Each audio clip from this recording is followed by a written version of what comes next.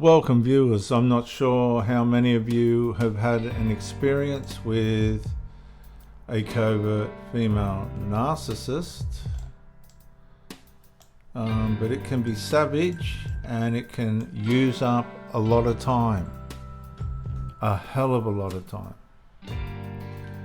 When it comes to the female narcissist, and I've had a few of these that have even disintegrated into covert emotional incest, particularly if they've got a son, a golden child.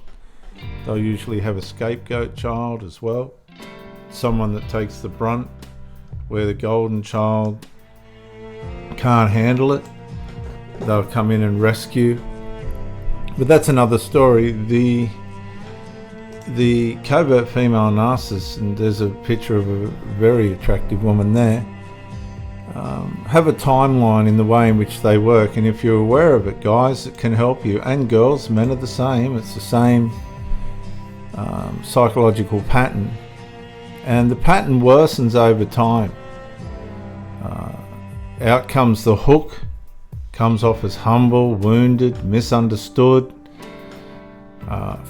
fast emotional closeness, you're the only one who gets me, these kind of statements. Guys, you've got to be onto this and aware of this. Subtle tests of loyalty, small guilt tests, small jealousy and boundary pushes, these kind of things. And then what happens is they start to cause you to depend on them. Right, and you will, because they're going to put out a lot of affection and they're going to hook you, hook, line and sinker. You will be pussy struck, believe me. They're very insecure, but the second part of this is dependence building. You've got the hook, line and sinker part. They hook you, then they start building dependence. You become their regulator. Constant reassurance, validation, proof you care. You've got to prove to them constantly that you care. Praise feels conditional. You're amazing when useful, cold when not. They're going to have you regulating yourself around how they feel. And then you'll have the quiet scoreboard starts. This is when you're on a scoreboard and you know it in your mind. Who owes who, right? You start to feel like you have committed to this wounded person and you owe it to them to help them be rescued from the problems that usually they've caused for themselves. And you put yourself on a scoreboard. Then you'll have boundary erosion, right? Reasonable requests become expectations. You might make a date and the woman's performing beautifully, she's on time, she's not rocking the boat at all, things are going well, you think, well, we can build something here. And then all of a sudden things start to slow down, the reliability begins to erode.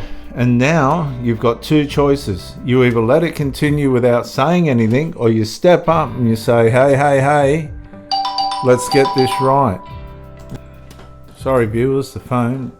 So reasonable requests, things that were negotiable, now become expectations. And this can work both ways, because you might need her to do something, and normally she would, but now she's starting to put things off. Right? And you need to confront these things straight away, with no hesitation.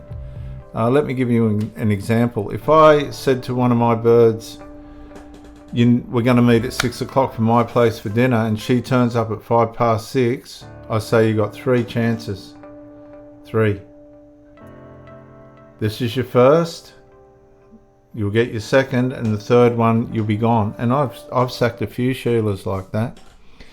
And then your needs are reframed as selfish or insensitive. So what's happening now is, this is a little bit sharp, because some Sheilas, on the other hand, these covert female narcissists, will let you do whatever you want right? And they make out, you know, you can do whatever you want, but the behind that is, so I can do whatever I want.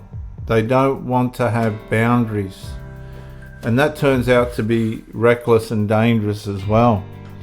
And so your needs, as this really disintegrates and starts to get, if somebody turned around to me and said your needs are selfish and insensitive, I'd confront that straight away if it wasn't true, because these people live in they're conditioned themselves to disintegrate this way.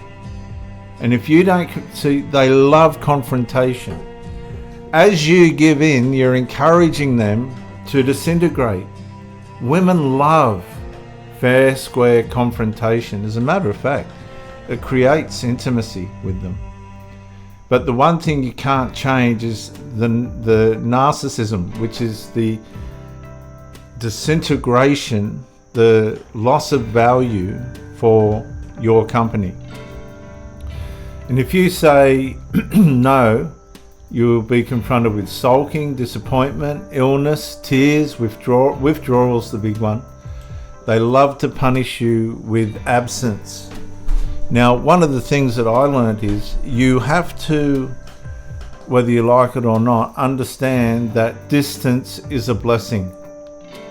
Because when the woman realizes you're not going to care jack if she's there or not, that deletes the power behind their withdrawal.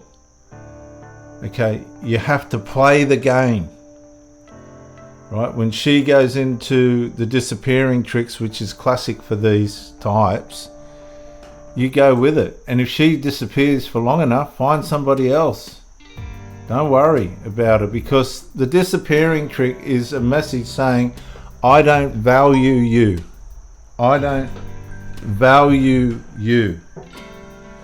And if you go, well, yeah, I'm on an even playing field with that, that really throws the spanner in the works. Also, you'll get martyr energy. That means they've been harmed or hurt, whether it's true or not, by you. Okay? When it gets to this stage, if you haven't confronted it and got things in order, obviously you're not valuable to this person. So what they'll do next is go into a de-evaluation stage. Covert style. You won't know this is going on, but you are being devalued, because the harder you try, the more unattractive you are. Women love confrontation. Healthy, sensible, I've caught you out confrontation. It turns them on. But if you don't, you're going to devalue yourself, and she'll play with it, because that's how female nature works. Criticism disguised as concern. Things like this, I just want what's best for you, but it's criticism. And if you can't pick it, she's going to go, I got this fish in the net. And she'll bring you out of the water and you'll suffocate. You've got to confront these things. Like she says something like, I just want what's best for you, and it's not. Say, do you think I'm stupid? That's not what's best for me. So as she starts to devalue you, you'll notice that the beauty that started off, see that picture? The beauty that she started off with, that'll start to decline, because you're not valuable anymore. Okay? See how the real person starting to appear? You'll have comparisons, micro jabs. If you're not aware of this and you don't say something, you're going to get bullied. There'll be moving of the goalposts. I remember one bird, you'd organise to go out, and she'd ring up an hour before and say, do you mind if we stay home? Because what happens is you're only used as supply. Their emotional world doesn't involve you usually, particularly if they don't live with you. They'll start off living with you, and then somewhere or another they'll find a reason to distance themselves. You'll notice this. They'll find a way to distance themselves from you, and that's part of moving the goalposts, because their emotional world has nothing to do with you. You're only intimate supply if you can perform. If you're an A-grade intimate supplier, they're going to hang on to you because that's what they want. They want the intimate supply.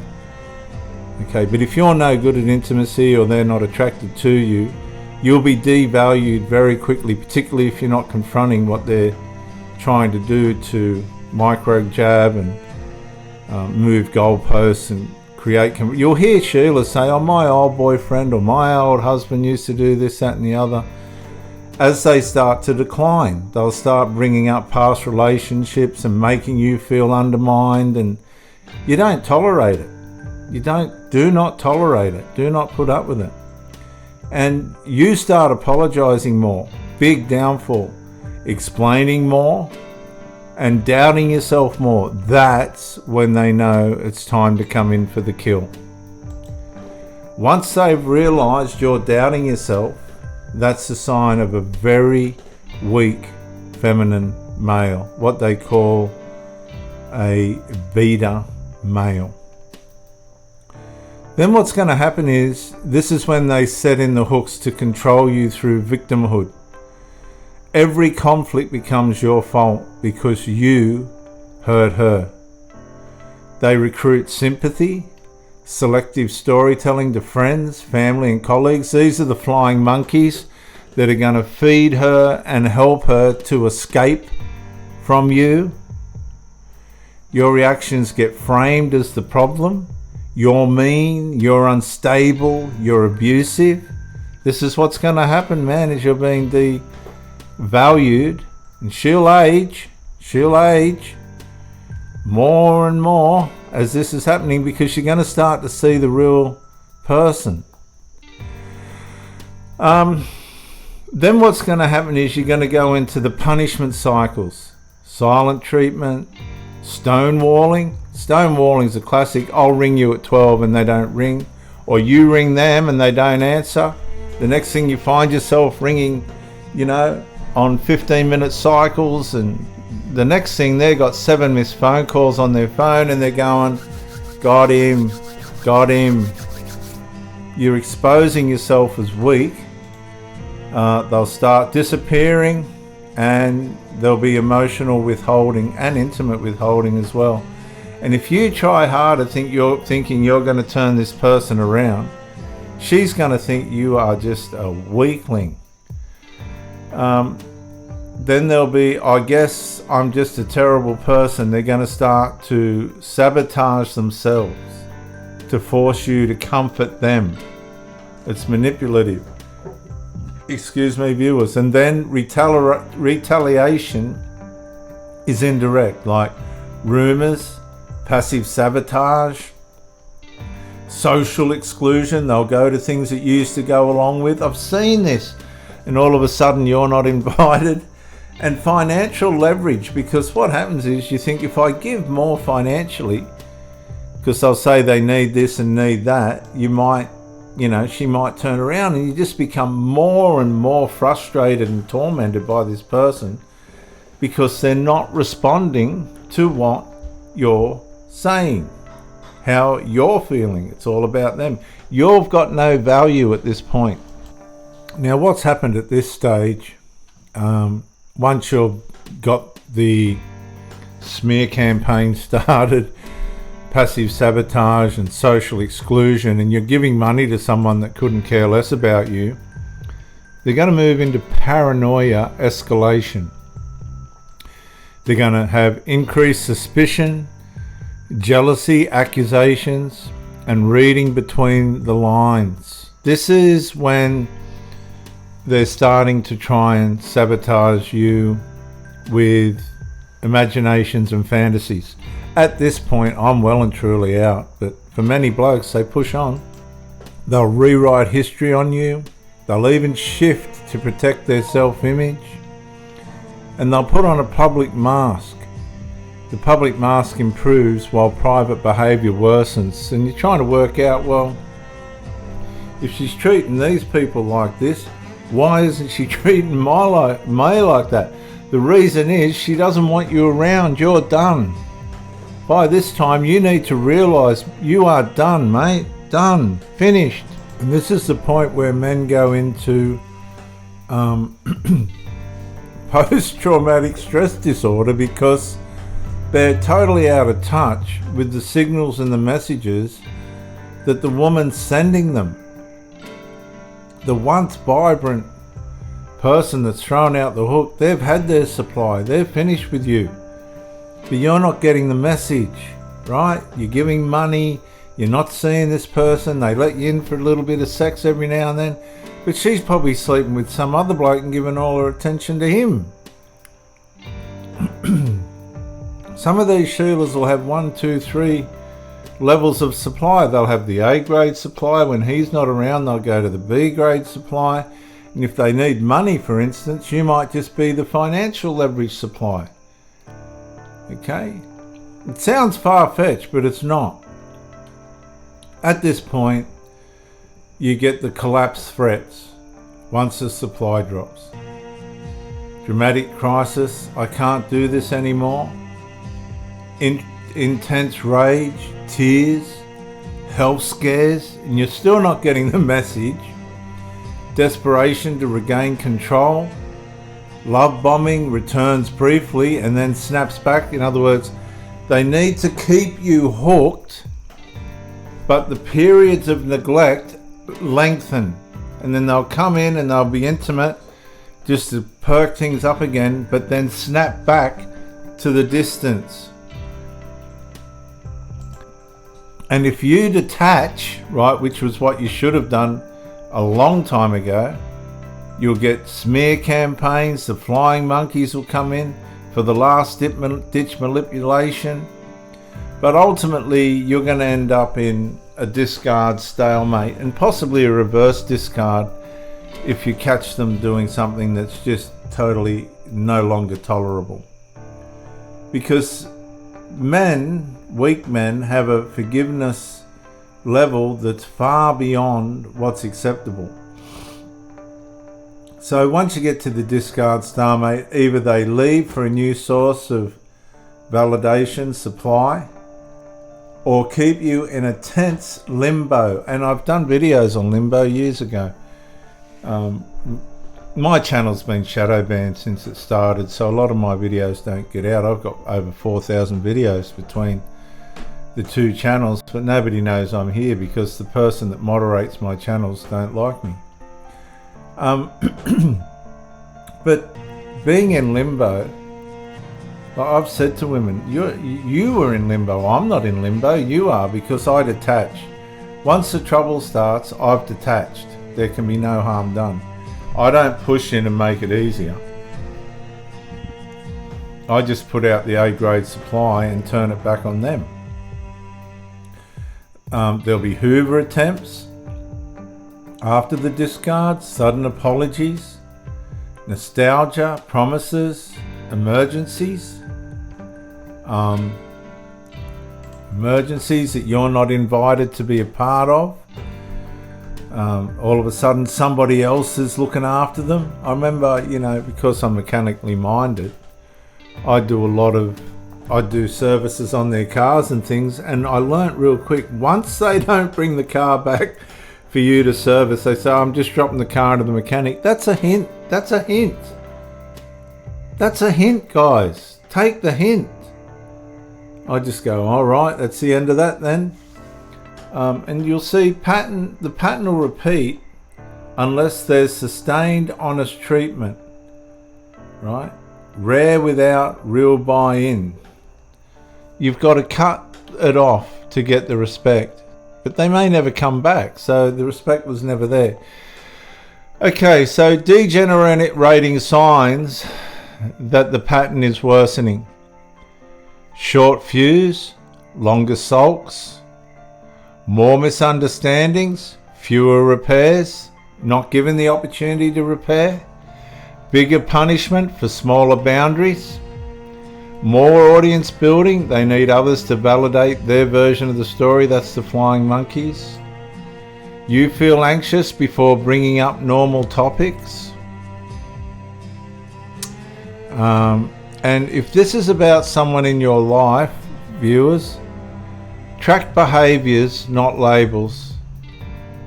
Dates, incidences, and exact words. Just track the behaviours. Set one boundary and watch the response. Respect versus retaliation tells you a lot. And reduce emotional bargaining, clear statements, minimal explanations. And if you feel unsafe, particularly women, and this isn't uncommon for men either, prioritize practical safety, support networks, an exit plan, HR legal advice if needed. So in closing, this is just a brief conclusive overview. The covert narcissist degeneration typically shows as a slow shift from fragile charm to chronic resentment. Right? Fragile charm to chronic resentment. Early humility and victimhood give way to entitlement, control through guilt, and increasing hypersensitivity to perceived slights. Now remember, it says perceived slights because it may not be real. And if you're dealing with someone that's making up stuff that's not real, you need to cut that person off. As sources of validation weaken with time, aging, or loss of control, insecurity intensifies. The results in more frequent emotional punishment, paranoia, passive aggression, and narrative rewriting. Man, your brain's fried by this point. Confidence erodes, but the need for superiority remains, creating a brittle, defensive state marked by bitterness, envy, and escalating conflict. Without sustained accountability and treatment, the pattern hardens rather than resolves. The woman will harden rather than resolve. And so what started off as a wonderful beginning, and you can see that in the picture at the start, ends up with something that you should have dealt with as soon as the beauty started to disappear. And too many men run these things way too long. They end up broken, defeated. All for what? All for a cranky, bitter woman that's got her supply out of you and has no further use of you, but you didn't get the message. You've got to get the message, mate. Cut these people off, move on, and regroup, heal. Give yourself time to heal. Maybe you, on the one hand, could meet another woman that's going to help you heal. Maybe on the other hand, you need time alone. But one way or another is, she's used you up. You have nothing more to offer. That's how the disintegrative nature of the covert female narcissist works. As soon as you show a sign of weakness, you're done, man. You'll be eaten alive, whether you're married or not.